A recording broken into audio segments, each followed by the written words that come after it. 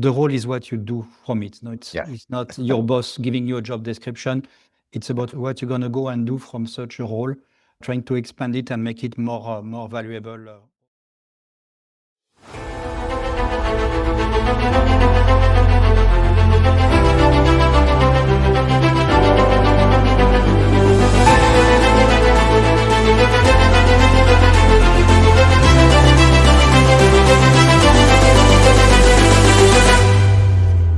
Hey, welcome to Revolutionizing Business Operations with Tony Saldanha. I'm your host.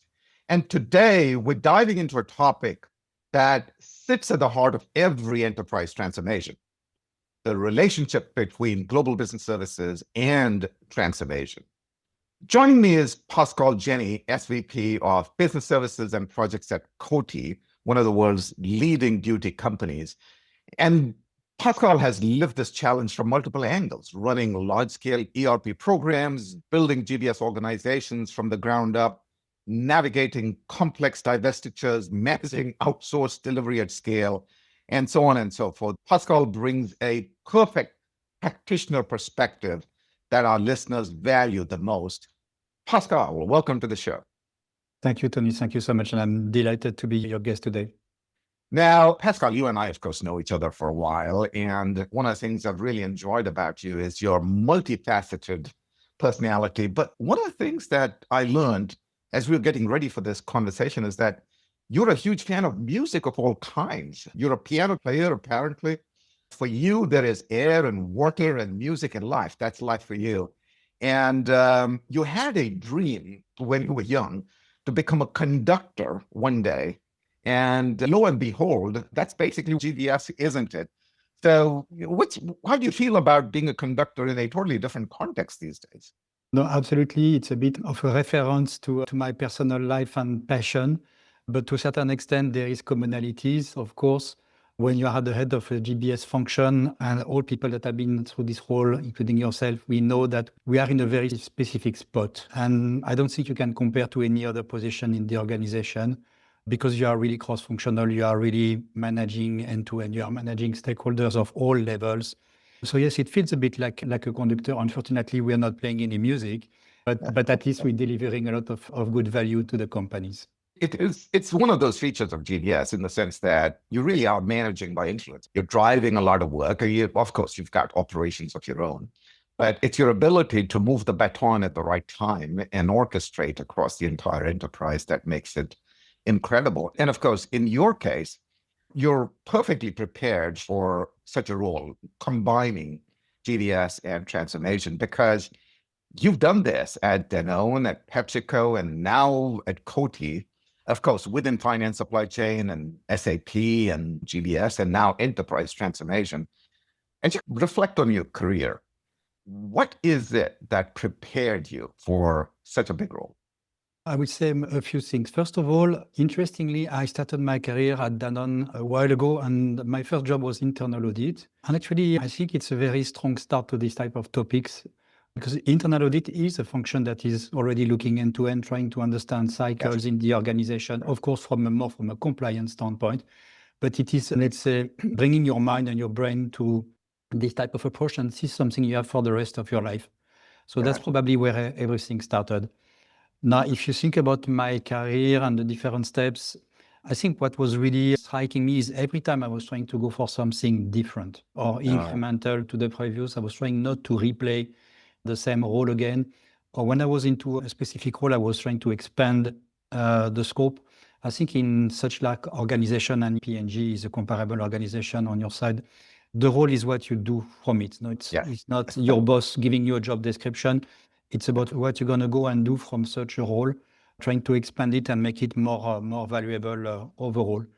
And the second aspect is more on the soft skills or people management skills. And it's not rocket science, but I learned, and I was growing my career by watching leaders that were successful. And then you look at these people and you're like, but if they're successful, why cannot be successful by just using the same approach? And actually, when you prove it, it is working. That would be probably the two major drivers from a career standpoint. Absolutely fantastic. I want to start with the first point, which is in an evolving young industry like global business services, it's not so much the role that you're given, it's what you do with that role that really defines success, isn't it? And by the way, Pascal, this is something I found in common with pretty much all successful leaders in GBS. Those who waited to be told what to do really never made it because they were looking for somebody else to give them a formula. That works if you're working in a structured, well-established industry. In GBS, we were evolving. We were using our judgment to figure out how to deliver value. There weren't any cookbooks on how to be successful. So I think it was that capability to essentially influence what your job is that made us successful. And the second point you mentioned, which is at the end of the day, GBS is still a people business, isn't it? Yes, of course, it's people, process, and technology. But at the heart of all of this, it's people that drive the transformation of both processes and technology. So I love the fact that you brought up these two insights. I want to ask one other question before we move on to more traditional GBS. So on a personal side, what do you do on a daily basis? Give people a little bit of an insight into your workday. Of course, as I said to you when we were preparing this discussion, I am lucky in the sense that I am combining two roles. At Coty, one is the standard or the normal GBS function, but on top of it, I am heading what we call strategic projects internally, which is wider than purely GBS. So the combination of these two hats is very powerful, and probably we will come back to this in this discussion. But that is keeping me busy, as you can imagine. And yes, I was going to say, to your point, on a daily basis, I think one of the things we need to focus on is how do we make sure we talk to our people? Because you can start your day and go back to back into team or Zoom meetings. And then you end up the day and you have not been really talking to anyone personally or trying to get out of the box. And because of the lack of the in-presence discussions, we've been losing a bit this effect. So for me, that would be a priority. Let's make sure each and every day there is time to just interact with people independently from the standard agenda.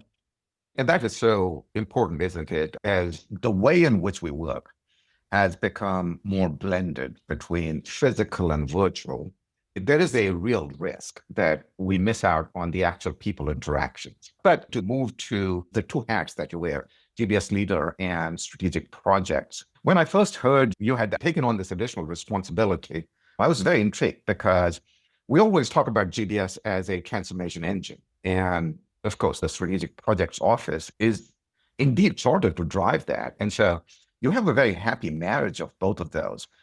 In your experience, how are these two roles naturally aligning? I think really it goes both ways because in reality, GBS is, as we know, it is the, as you said, the engine of the transformation of the processes and the ways of working and the digitalization and all these nice topics. But when you're at the head of GBS, you're at a very sweet spot to identify where transformation could play a role or could make a difference, or where is the next potential bucket of value that the company could go and work on the broader scale. So you have this ability, what I call the bottom up, to come to the leadership and say, by the way, based on what we see under GBS function and cross-functionally, this is what we see as priorities for the next 2 to 3 years. And then there is the other way around. When you lead strategic projects, of course, it's much more of a top-down because it's more strategic and sensitive, and you have a mandate and a brief that is coming from the board and from the executive committee. And that will drive your GBS roadmap, right? Because depending on what are the priorities the company wants to go for, you can always adjust and focus the resources where it really matters for the company overall agenda. So I really believe as you said, the marriage of the two is quite powerful. And that's one of the other things that fascinated me about your particular role here, because for a long time, I have said that the great thing about being in GBS is that we are the only organization that can bring three things together. The really deep understanding of the work processes, to the point you were making about bottom up, right? Where are the opportunities? What can we do? The second is that we do have a pretty good understanding of technology, which in these days is very important. And then, of course, we are in the change management business. And so it's great that there is this realization which has led to you being formally asked to take on strategic projects. I think it's a great sign. Do you see more of these type of combination roles happening?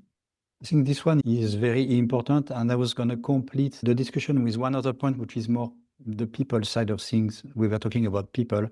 I think once you get into a certain level of maturity under GBS and you start to really impact the business, there is a perception of GBS people or people that are reliable, that are senior enough to take strategic topics, that are very strong in change management, as you said, that have the seniority to understand functionally what will be the implications of a given transformation initiative, and more importantly, that deliver, because it's a function that is delivering. There's a lot of walk the talk. In general, you say, we believe we can go and deliver this type of value. And I'm talking global value. I'm not talking about cost and cash. So when you have this perception of GBS function, then the leadership would naturally turn to this team when comes the time of executing transformation. Because you know what? Transformation is generally something that is picked up by leadership, but with advisory, right? And we know what advisory can bring. They can bring a lot of nice concepts, nice presentations, and then somebody needs to pick that up and translate it into something that is really actionable. And I think at this point in time, this is where the junction with GBS profile and ways of working, methodology, PMO, ability to digitalize, all of these topics are really nicely fitting, and I think they are reassuring, right? So the leaderships, they know that if they turn back to GBS to orchestrate, and we come back to the conductor concept, to orchestrate, then there is a certain level of reliability and fiability that the transformation will be delivered on time, on cost, on quality. You know what, Pascal, you just gave people a masterclass in how to earn the right to become a transformational leader. One of the questions which we come across very often from different GBS leaders is, how do we get our senior leaders to give us more than order-taking roles? Give us the role of a transformation leader. And the point you've just made is that you have to earn that right. You have to Absolutely deliver, and you have to build that credibility. And over a period of time, the perception changes, and then you don't have to ask for it. They come and say, hey, we'd love for you to handle it. So this was such an important point. It's a crucial aspect of becoming a change leader. Now, I want to get into one or two specific projects. Coty has been through several, of course, the outsourcing to Accenture, the Wella divestiture, which I saw from the other side at Procter & Gamble, and many others, ERP, headquarters relocation, and things like that. In what way have all of these transformation projects at Coty shaped what GBS has become? Actually, GBS came in one of the last of these transformation projects. So there was a sequence of transformation, and only one of the last one was ending into the concept of GBS. And that's the one when we moved into the outsourcing, because suddenly we were scaling the business process outsourcing massively with one single partner worldwide. And of course, there was no GBS function at the time in Coty. And if you remember, when we started the discussion with you a few years ago, we were at the very beginning of the journey. Now we are a much more mature organization, of course, but that was the main driver. Now, in the meantime, and to be more spot on your question, there have been further transformations happening afterwards. And GBS was already playing a role. I have one specific example. We went through something that a lot of other companies went through, which is the migration between SAP, ECC, and S/4HANA. And actually, at this point in time, GBS and the business process outsourcing was already in place. And it's been an accelerator for two reasons. The first reason is we were having the right people in our organization, GPO, SMEs, or operations lead, that were able to monitor such a technical transition and ensuring the continuity of the business and the process and the operations with no disruption. And two, we were also holding, of course, the BPO, and we had to make sure the change to the new platform and to the new technology was also embedded into our SSC. So we were having both the internal monitoring and the external, so end to end. Okay. So that was, for me, the first example where GBS was making a big impact and being an accelerator of a more global company transformation program being delivered.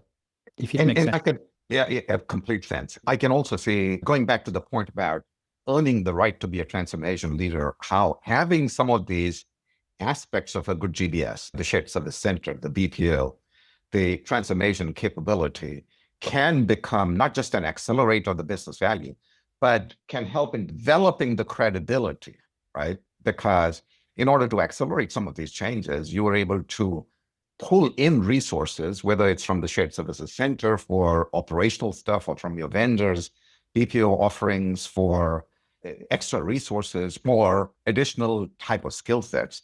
So this is a good example, I think, of how the GBS model, once you establish it, actually has an upward spiral effect in building the credibility into the organization. And clearly, Coty and you in particular have been incredibly successful at this. So that's a really good example. I want to switch gears because I want to talk a little bit about the GBS industry. You've obviously been a good example of an incredibly successful GBS, but there are other companies that don't necessarily think about GBS as a transformational engine. They don't think about GBS and transformation as being two sides of the same thing, right? What do you think most companies miss when they don't really see these two as being part of the same coin? Yeah, I think we come back to what we were saying, and it's a bit logical in a sense. I think they are missing two things. One thing is they are missing the content, because as I said, GBS can bring a real added value on the content of the transformation, whether it is appropriate, whether it is realistic transformation in terms of time, resource, and the potential business disruption. I always said to my team and my organization, we can go and transform this company inside out, upside down, not a problem at all. There is only one thing that cannot happen, which is I cannot have any leader coming and saying, I haven't met my results for this quarter, and it's because of the transformation. Yeah. That's not an option, right? So the mandate is very clear. We conduct and we drive transformation, and it's not visible or there is no implications on the business results. This is super key. And the other element that is a miss for me is the ability of GBS to drive governance, because we know that transformation is succeeding or falling under governance. And I have quite some examples in my career around this topic as well. So for me, these are the two main value added elements between GBS and transformation that people are missing if it is not combined. That is so true. And, some of the research in the industry at this point in time has shown organizations, companies that use GBS as a transformation engine are able to deliver the 1/3 competitive advantage for most companies that comes from internal operational agility and the capabilities that exist internally inside your organization in GBS to get that competitive advantage is a smart thing to do.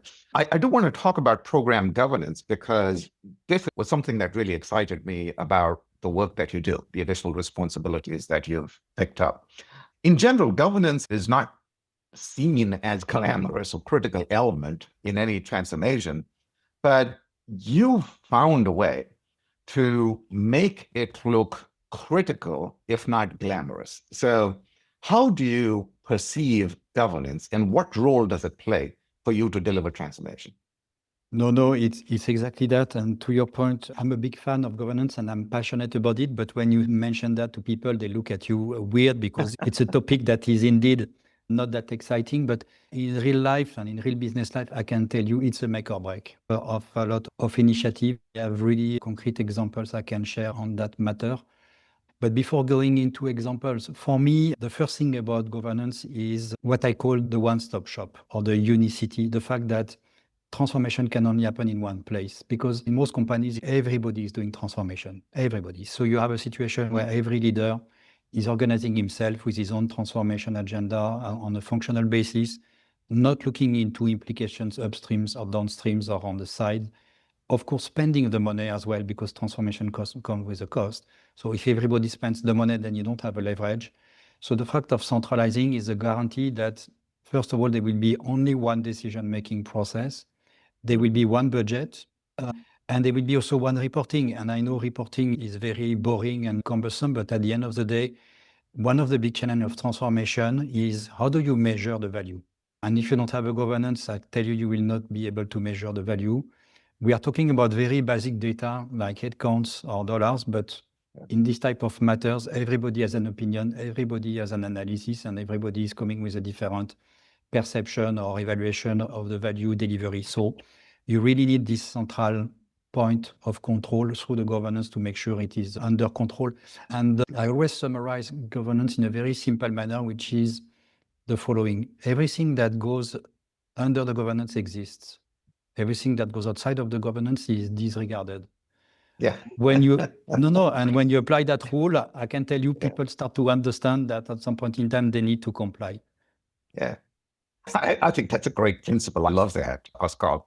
You've brought this to life. You've brought governance to life. And I want to ask you for the examples. Maybe pick one that in your mind has been successful.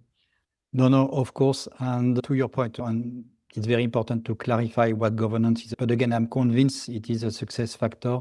I can tell you one example where it was absolutely critical for us, and without it, we would have been probably failing, which is the business process outsourcing program that we were running a couple of years back. If you ask me, I think this type of transformation versus any other type of project is probably one of the more challenging. I will tell you why. There are two reasons. One is because when you outsource processes, first of all, you're touching on people. In most cases, you have to let go people that are here with the seniority, that have the knowledge. You need to get rid of these people because they are too expensive and they will be replaced by nearshore or offshore resources. But then you're losing these people and you're losing their knowledge. And on top of it, you're asking them to transfer the knowledge to other teams before their job gets eliminated. So it's very challenging. And the second one is because business process outsourcing means you are touching the heart of the company operations. So that goes always with real operational risk of disrupting the business. There are some companies that are really having to stop this type of program because they are disrupting the business at some point. And to go back to the governance topic, I will tell you that for this specific program, I was running this program with 4 people, only 4. I was having the group CFO, the group CHRO, and the group CIO and myself. So the 4 of us, we were drum beating this program from initiation to delivery. And sometimes a very reduced and small task force like this, if it is in a position with the right mandate at the right level of the organization, is the most powerful. Governance doesn't mean necessarily 25 people in meetings where people don't understand what is happening. And the second part is the necessity to never deviate. Because guess what? You start the transformation, it starts to be tricky. You start to have pushback. You start to have leaders that are going against. If the sponsorship you have is not there anymore, you are in trouble.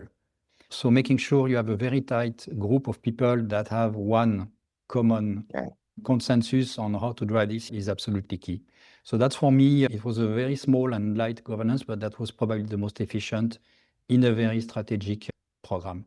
But those are the most successful type of governance instances, isn't it? Because when you got 3 to 5 people, you've got a tight body, you've got actual personal decision-making. The best governances, if that's a word, are the ones that are really simple, but incredibly decisive. So thanks for sharing that. Now, moving to the future, I wanted to pick your brains on where you see GBS going, right? As you look at the future, especially with this very special hat or 2 hats that you have of GBS and strategic projects leader, where do you think GBS and transformation is headed over 3 to 5 years?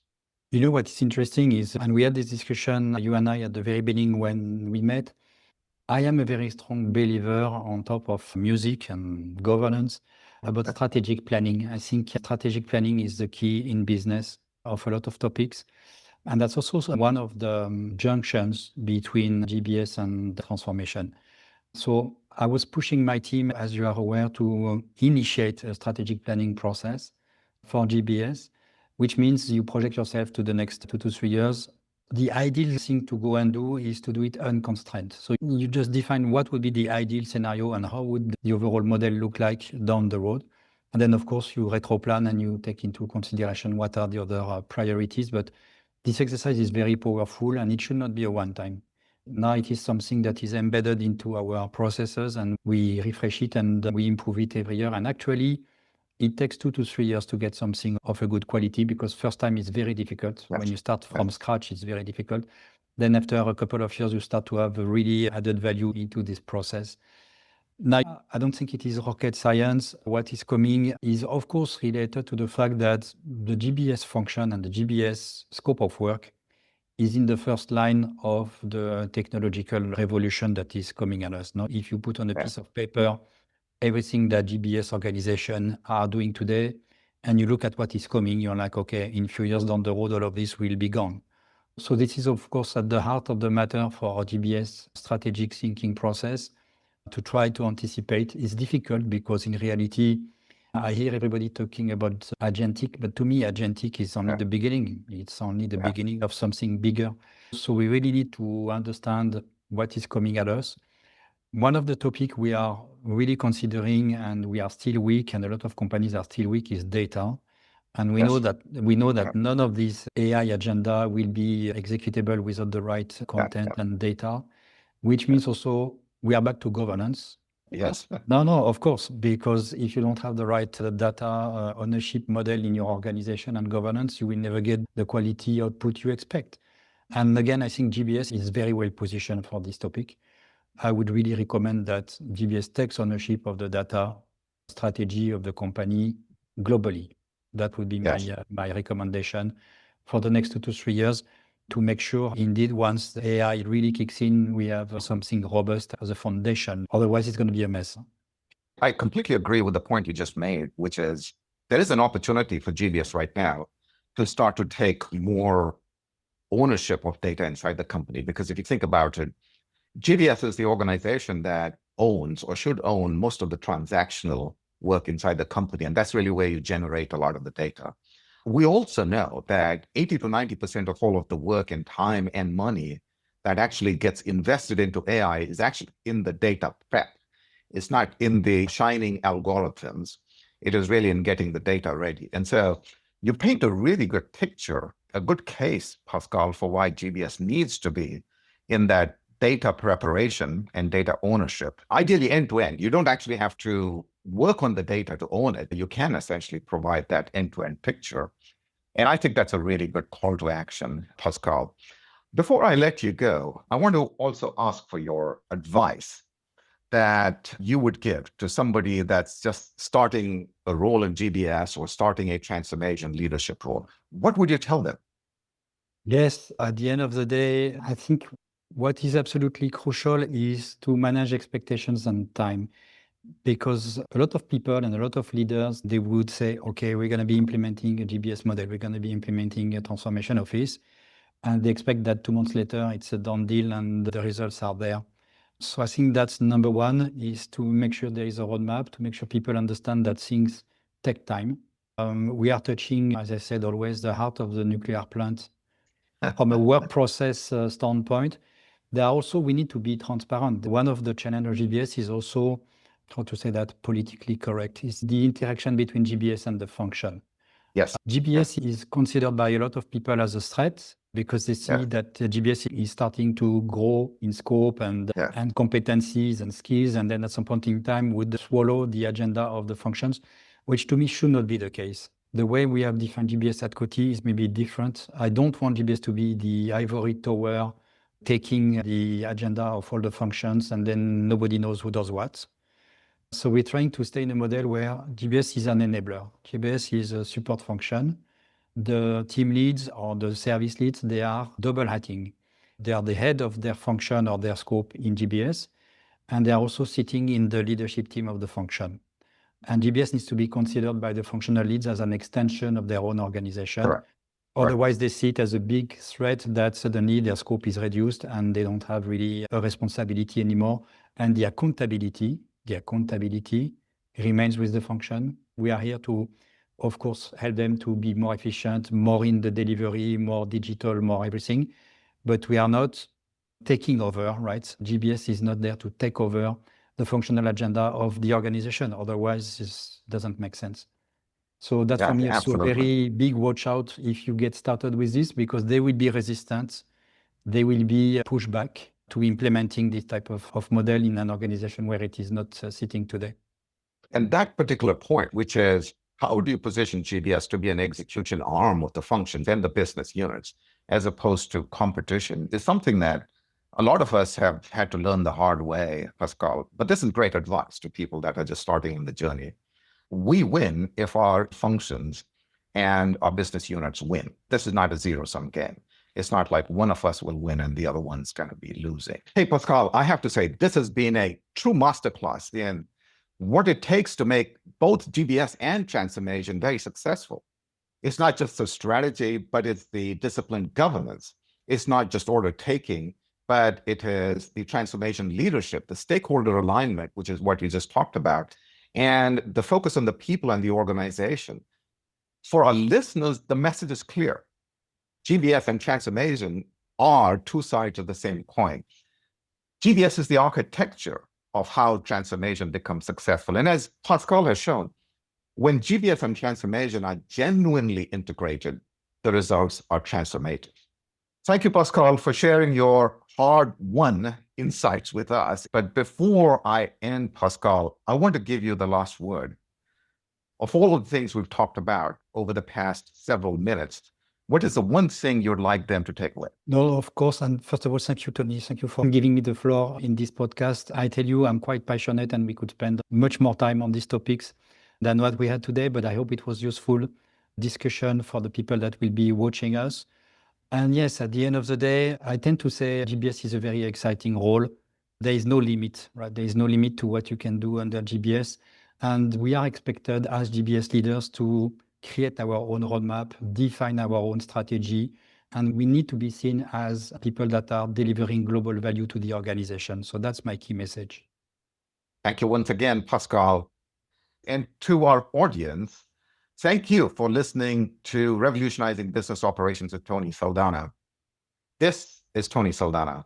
Stay innovative.